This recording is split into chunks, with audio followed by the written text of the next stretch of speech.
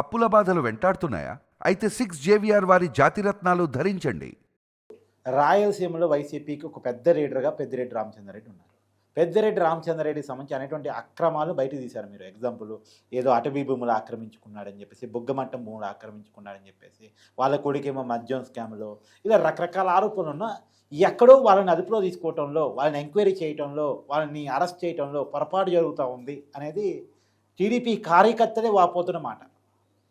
ఉండాది అది వాళ్ళని తొందరగా శిక్షించాలా. ఘాత నేరాలకు పాల్పడిన దొంగల ముఠ దెబ్బకుట్ట అని 2019 నుంచి 2024 వరకు అతలాకుతలం చేసినారు. దౌర్జన్యం చేసినారు, గుండాయిజం చేసినారు, అసాంఘిక కార్యకలాపాలు చేసినారు, ఇసుక నమిలినారు, కల్తీ మద్యం అమ్మినారు. ప్రతి ఒక్కటి చిక్కెల కానుంచి గుడ్ల కానుంచి ప్రతి ఒక్కటి నమిలి కరకర నమిలి మింగినారు. ఈ రాష్ట్రానికి కనీ విని ఎరుగని నష్టం చేసినారు.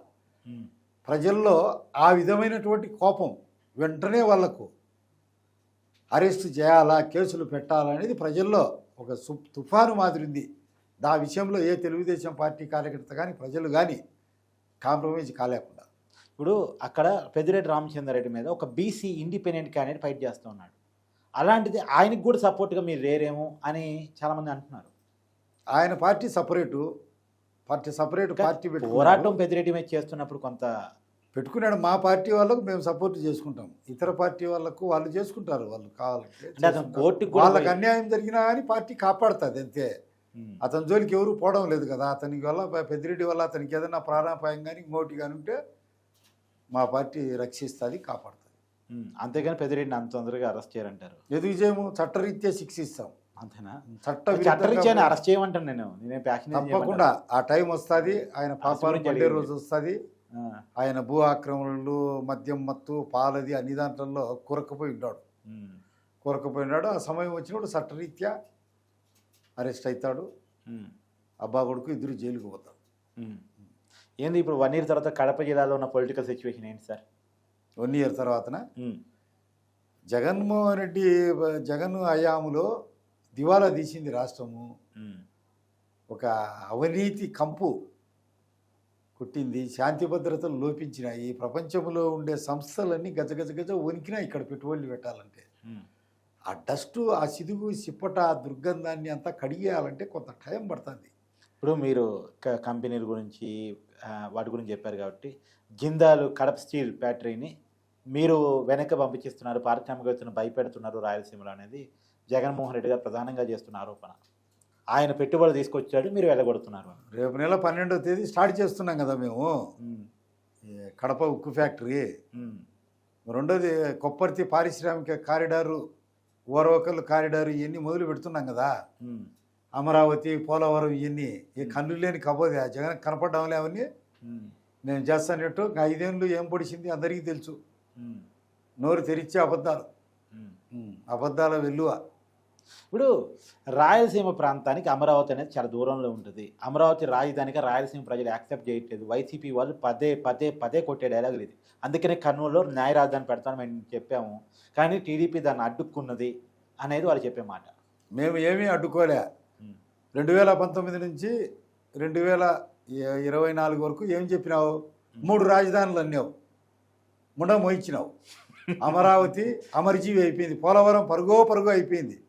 రాయలసీమలో కర్నూలు జిల్లాలో తెలంగాణకు రాయలసీమకు ముఖద్వారం కర్నూలులో హైకోర్టు పెడతాడా? నువ్వు ఏడబెట్టినావు? కింది కోర్టు కూడా పెట్టలే. నోరు తెరిచే అబద్ధాలు. 2014లో అపోజిషన్ లీడర్గా ఉండి 2014 నుంచి 2014 వరకు ఏం అన్నావు? అసెంబ్లీలో ప్రతిపక్ష నాయకుడిగా ఏకగ్రీవంగా అమరావతికి తీర్మానం చేసినావు. 30,000 ఎకరాలు చాలదు, ఇది పెద్ద రాజధానిగా నిర్మించాలా, మా వైసీపీ ఏకగ్రీవంగా దీన్ని ఆమోదిస్తుంది, బలపరుస్తుంది అన్నావు. నీది నోరా తాటికాయ మట్ట. ఆ నోటితో అన్నం తింటాడావా, అశుద్ధం తింటాడావా? ప్లేట్ మార్చడం తప్పు కదా అది. నువ్వు ఒక్క మాట మాట్లాడినావు. ఎక్కడ చూసినా 2 మాటలు, 2 దారులు, ద్వంద్వ వైఖరి, ఒకటి చెప్పేది ఒకటి చేసేది. ఇప్పుడు కడప జిల్లాలో మహానాడు జరిగింది, పెద్ద ఎత్తున జనం వచ్చారని మీ పార్టీ చెప్పుకుంటాను. అంత జనాన్ని ఎట్ట తీసుకొచ్చారు సార్? స్వచ్ఛందంగా వచ్చారా? అధికారం ఉంది కాబట్టి రకరకాలుగా ప్రలోభ పెట్టి ఏమైనా తీసుకొచ్చారా?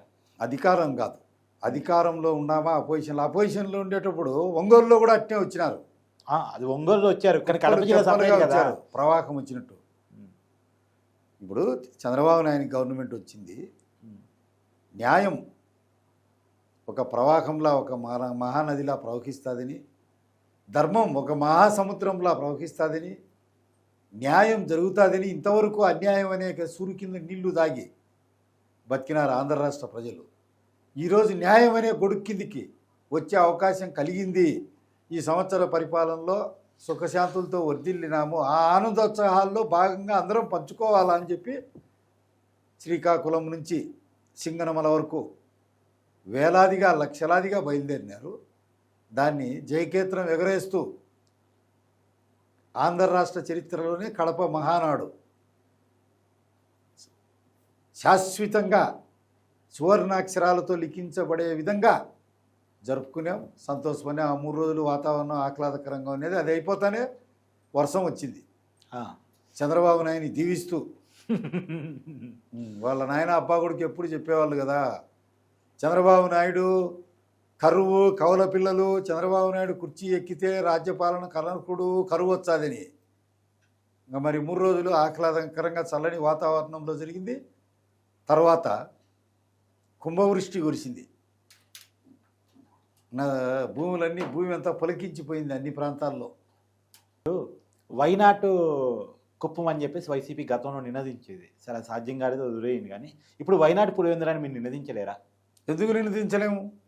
ఆ సమయం వచ్చే ఓడిపోయి ఇంట్లో కూర్చోబెడతాం. ఇప్పుడే ఓడిపోయినట్టే అతను గెలిచినా. మగోడైతే అసెంబ్లీకి పోమ్మను, అసెంబ్లీకి పోవాలి కదా. పులివెందులో పులి ప్రత్యేక హోదా తెచ్చాది, హస్తినాపురంలో గర్జిస్తే హస్తినాపురం అంతా గడగడ వణుకుతుంది, నరేంద్ర మోడీ తలల్లోనూ గడ్డంలోనూ వెంట్రుకలన్నీ ఊడి పడతాయి అని అన్నారు కదా. ఇప్పుడు మగోడైతే అసెంబ్లీకి పోమ్మను. మీరు అలా మాట్లాడుతున్నారు. పులివెందుల ప్రజలు అయ్యండి, పులివెందుల వాస అయ్యండి, భయం లేదా? ఏం భయం? నరకాల్చినాడు, చంపినారు వాళ్ళ నాయన, వాళ్ళు అంతా వాళ్ళ క్రూర కృత్యం. మరి 2019 నుంచి 2024 వరకు చెయ్యని అకృత్యం లేదే. మీరు హైదరాబాద్ నుంచి ఈ రోజు మరి మొగోళ్ళు అయితే వైసీపీ వాళ్ళు రోడ్డు మీదకి వచ్చి పోరాడమను, జగన్ను రమ్మను, జనంలో వచ్చి నిలబడమను. ఆ రోజు అధికారం ఉందని కదా. 72 సంవత్సరాల వయసులో చంద్రబాబు నాయుని, అచ్చెన్నాయుని, అయ్యప్పను, ఆయన కొల్లు రవీందర్ను, దివాకరెడ్డిని ఎంతమందిని అరెస్ట్ చేసినాడు, ఎన్ని విధాలు హింసించినాడు. ఈరోజు మొగోడైతే రావాలా జనంలోకి. మరి పారిపోయి పిరికి పంద మాదిరి షెటిల్ పోయినట్టు పోతున్నాడు. షెటిల్ పోతుంది కదా బెంగళూరుకు, వారం పోయి 2-3 రోజులు ఆడ షెల్టర్ తీసుకొని వచ్చినాడు. మొగోడైతే పోరాడాలా. కాదు, మీరు అట్ట గట్టిగా అంటున్నారు. మళ్ళీ పులివెందులే పోవాలి మీరు. పులివెందుల నుంచి వచ్చాను, మళ్ళీ పులివెందులకే పోవాలి మీరు. పోతాం, క్యాకేసి పోతాం, పెనుగోడ సైరన్ ఇచ్చి పోతాం. వస్తున్నాం పులివెందులకని. పులివెందుల్లోనే పుట్టినా, పులివెందుల నీళ్ళే తాగేది. ఆ నెలలో పుట్టినే శౌర్యం మాకు ఉంది. ఇప్పుడు పెమ్మసాని చంద్రశేఖర్ కేంద్ర మంత్రిగా ఉన్నారు, ఆయన కూడా మీ దగ్గరే పుట్టాడంట కదా. అవును కదా, మా గండికోట ప్రభువులు వాళ్ళు. 300 సంవత్సరాలు. అందరికీ తెలియదు, ఆయన గుంటూరులో ఉన్నారు కాబట్టి అక్కడ వెత్తేమనుకుంటున్నారు, అక్కడ ఎంపీగా గెలిచారు కాబట్టి. 300 సంవత్సరాలు పెమ్మసాని కమ్మ ప్రభువులు గండికోటను ప్రజారంజకంగా పరిపాలించినారు. విజయనగర సామ్రాజ్యం శ్రీకృష్ణ వారి దేవరాయల కింద విజయనగర సామ్రాజ్య కాలంలో 300 సంవత్సరాలు సామంతరాజులు. మిగతా సామంతరాజులు మాదిరి కాదు. వీళ్ళకి సర్వస్వతంత్రమైన సత్తాకమైనటువంటి అధికారం ఉన్నది. వీళ్లకు గండికోటలో టంకశాల ఉన్నది. వీరభద్రస్వామి ఫోటోతో, ముద్రతో బంగారు నాణ్యాలు, వెండి నాణ్యాలు తయారు చేసినారు, సొంత కరెన్సీ.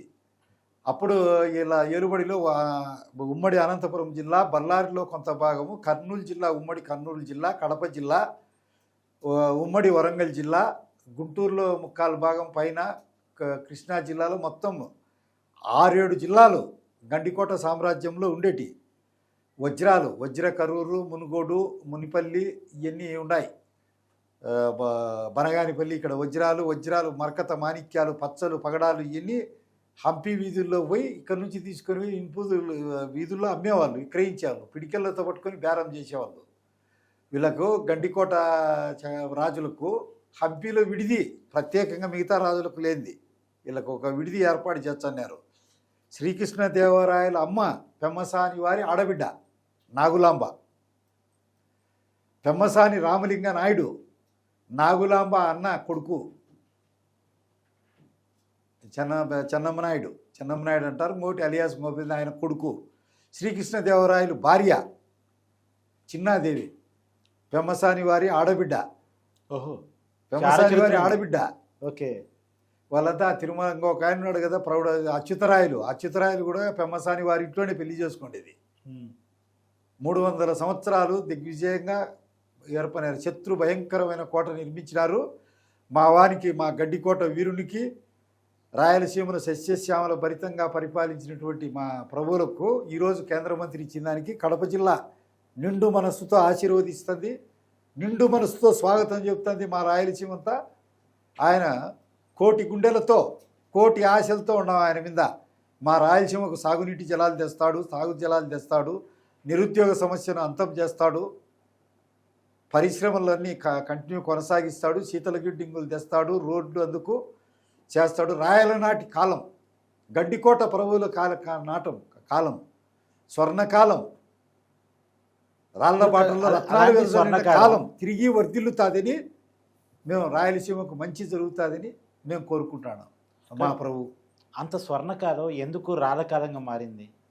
కాలక్రమంలో విజయనగర సామ్రాజ్యము, గండికోట సామ్రాజ్యము ఇవన్నీ అంతమైపోయిన తర్వాత స్థానికంగా ఆలన పాలన లేని ముస్లిం రాజుల పరిపాలన, ఈస్ట్ ఇండియా కరువు, వాళ్లకు ప్రజా సంక్షేమం పట్ల అంకితభావం లేకపోవడము, ప్రేమ లేకపోవడము ఇత్యాది కారణాల వల్ల రాయలసీమ కరువు వచ్చి ములుగులను పీల్చి పిప్పి చేసినాయి. వర్షాలు లేమి. ఇది నిజమైతే సార్, పెంబసాని చంద్రశేఖర్ గారు ఎందుకు రాయలసీమలో కాకుండా సొంత జిల్లా, వాళ్ళ వెనకాల బ్యాక్గ్రౌండ్ ఉన్నటువంటి జిల్లాలో కాకుండా గుంటూరు జిల్లా వెళ్ళి అక్కడ పోటీ చేశారు? మా పెమ్మసాటి ప్రభువు, మా రాజకుమారుడు, మా రాజుల వారసుడు అనేది కడప జిల్లాలోనే చాలామందికి తెలియదు. ఎందుకు అంటే 1652లో ఈ గండికోట వైభవాన్ని చూడలేక మీర్ జుమ్లా అనేవాడు గోల్కొండ సేనాధిపతి దండెత్తి వచ్చినాడు అశేష సేనా వాకింతో. అప్పుడు దండయాత్ర చేసినాడు, కింద నుంచి పైకి ఫిరంగులు పెట్టి కొడితే శత్రు దుర్భేద్యమైనటువంటి కోట, ఒక్క రాయి కూడా ఇంత కూడా పగలగొట్టలేకపోయినారు. అప్పుడు ఏం చేశారు, వాళ్ళ దగ్గర లింగన్న నిన్నాడు, దూపాటి సంస్థానంలో పనిచేస్తున్నాడు. దూపాటి వాళ్ళకే ఇచ్చింది గోవిందమ్మను, పెనసాని గోవిందమ్మను, వీళ్ళకు సోరపనేని నరసింహనాయనికి, గండికోటలో అల్లుడు. సో వాడు గుత్తికోట ఇస్తాము అని చెప్పు. అప్పుడు 3 నెలలు జరిగింది యుద్ధం అని చెప్పి నమ్మించి మోసం చేసినారు. ఇంకెందుకు యుద్ధం చేయడము, ఇంకా మేము వచ్చినాము, మా నెలవంక జెండా దీని మీద రెపరెపలాడాలా, మీ జెండా గుత్తికోటకు పోండి, అది కూడా గౌరవమైన ప్రదేశం, మీకు మర్యాద దక్కుతుంది, మాకు గౌరవం దక్కుతుంది అని అంటే కోట నుంచి పేటకు వచ్చాడు. వాడు లింగన్న అనేవాడు మా మంత్రిగా ఉండి, కర్ణంగా ఉండి వాళ్ళ దగ్గర మోసం చేశాడు. ఈయన ఆయుధాలు ఎవరూ తీసుకోవద్దు, ఆయుధాలు లేకుండా నిరాయుధులుగా రావాలా చర్చలకు అని చెప్పి ఈయన ఆయుధాలన్నీ తీసుకున్నారు. ఎదురు పల్ల సింహాసనం కూర్చోబెడితే కుట్ర చేసినారు, విషపూరితం చేయాలా ఆయనని.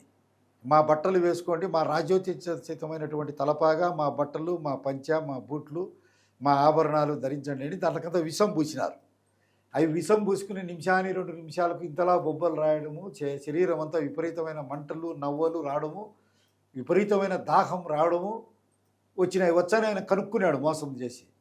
అయినా కానీ ఆ పరిస్థితిలో అడిగాడే, మా ఫర్మాన్ అయ్యేది గుత్తికోటది రాయించామనేది, అనుమతి కోట ఇచ్చినారు, చిన్నది ఏనుగు గుడ్డుమైంది, ఇది దోమ గుడ్డుమైంది.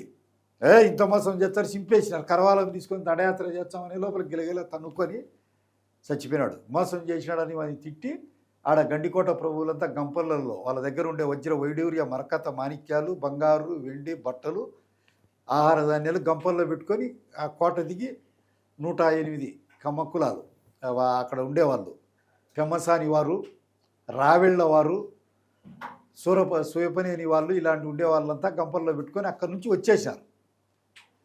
ఎప్పుడు జరిగింది 1652. 1652లో 1565లో తల్లికోట యుద్ధంలో విజయనగర సామ్రాజ్యం పతనం అయిపోయి వచ్చినా కానీ ఇది 87 సంవత్సరాల తర్వాత కూడా కొనసాగింది.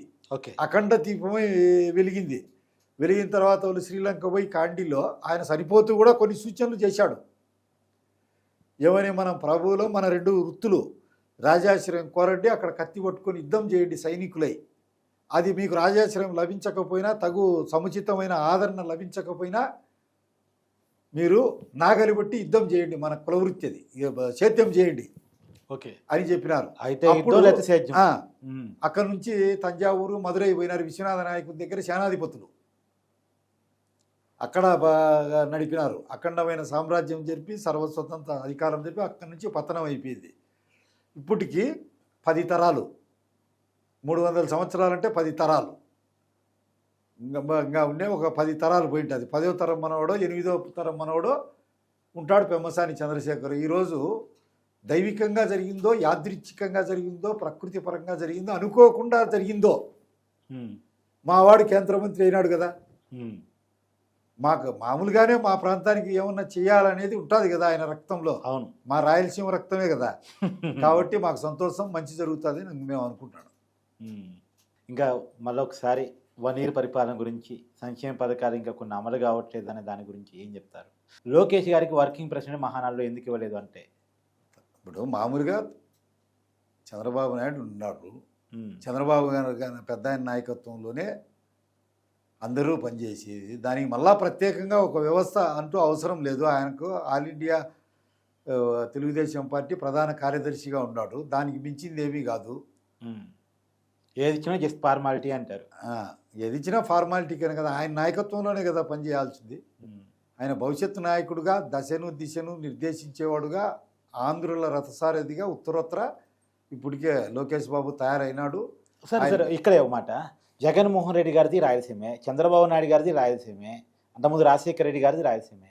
ఎందుకు రాజశేఖర రెడ్డి గారి కుటుంబం అనగానే రాయలసీమ గుర్తొస్తుంది, చంద్రబాబు నాయుడు గారు అనగానే రాయలసీమ వాసిగా ఆయన గుర్తింపు రాదు? సరే, స్టేట్ వైడ్గా గుర్తింపు వస్తే చంద్రబాబు నాయుడు గారికి ఉన్న అభిమానం ప్రపంచవ్యాప్తంగా ఉంది, అది వేరే విషయం. ఆయనకున్న అభిమానం తగ్గించి నా ఉద్దేశం కాదు. కానీ రాయలసీమ అనగానే రాజశేఖర రెడ్డి గారు రాయలసీమ ఇది మాట్లాడతారు, కానీ చంద్రబాబు నాయుడు గారిని ఎందుకో మాట్లాడరు, ఎందుకో అనేది. రాజశేఖర రెడ్డి వాళ్ళ ఇమేజీ నక్కమైన, చంద్రబాబు నాయుడు ఇమేజ్ నాగలోకమైన. నక్కెక్కడ, నాగలోకం ఎక్కడ, అంతేనా? అంతే కదా. తర్వాత బాబు గారిని, లోకేష్ గారిని ఇద్దరిని పోలి చెప్పినట్టు ఏం చెప్తారు? చంద్రబాబు నాయుడు గారు కింద నుంచి కష్టాలు పడి ఎన్నో అవమానాలు ఎదుర్కొని నిరంతరాయంగా కష్టపడి ఈ స్టేజ్కి వచ్చినాడు. లోకేష్ గారి నేపథ్యం వేరు, ఈ తరం మనిషి. నా ఉద్దేశం ఏంటంటే, ఇన్ని దశాబ్దాలుగా పార్టీని బాబు గారు నిలబెడుతూ వచ్చారు ఎన్టీఆర్ గారి నుంచి.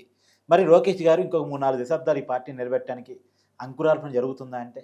100కి 100 రూపాయలు నిలబెడతాడు. అంతేనా? ఇప్పటికే తను తాను మరమ్మత్తు చేసుకున్నాడు. అప్పుడు పాదయాత్ర చేసినప్పటికీ ఇప్పటికీ అస్థి మశకాంతకం తేడా ఉంది, దోమకు ఏనుకునేంత. జగన్కి లోకేష్కి మధ్య పోలిక చిచి అతను ఈగ రెక్కమైన కూడా కాదు, ఇది గరుత్మంతుని రెక్క మాదిరి. లోకేష్ అయితే అతనికి ఇది పోల్చేదానికి కదా, రౌడీ అధికారం ఉంటే చేయగలిగినోడే కానీ లేకపోతే ఏం వేస్ట్ ఫెలో. సార్, జగన్కి షర్మిలాకి నిజంగా తగు ఉందా? ఏదో పొలిటికల్ డ్రామాలు ఏమైనా నడుస్తున్నాయా? కేవలం ఆర్థిక తపాదాలు మాత్రమే ఉన్నాయా? తగు ఉండదంటారు, లేదంటారు. వాళ్ళ మనసులోకి పోయి ఏం చూడాలా, వాళ్ళు అన్ని కుట్ర కుతంత్రంతో ఉండేవాళ్ళు కాబట్టి ఒకవేళ నిజంగా వాళ్ళకి ఘర్షణ ఉన్నా నేనైతే నమ్మను.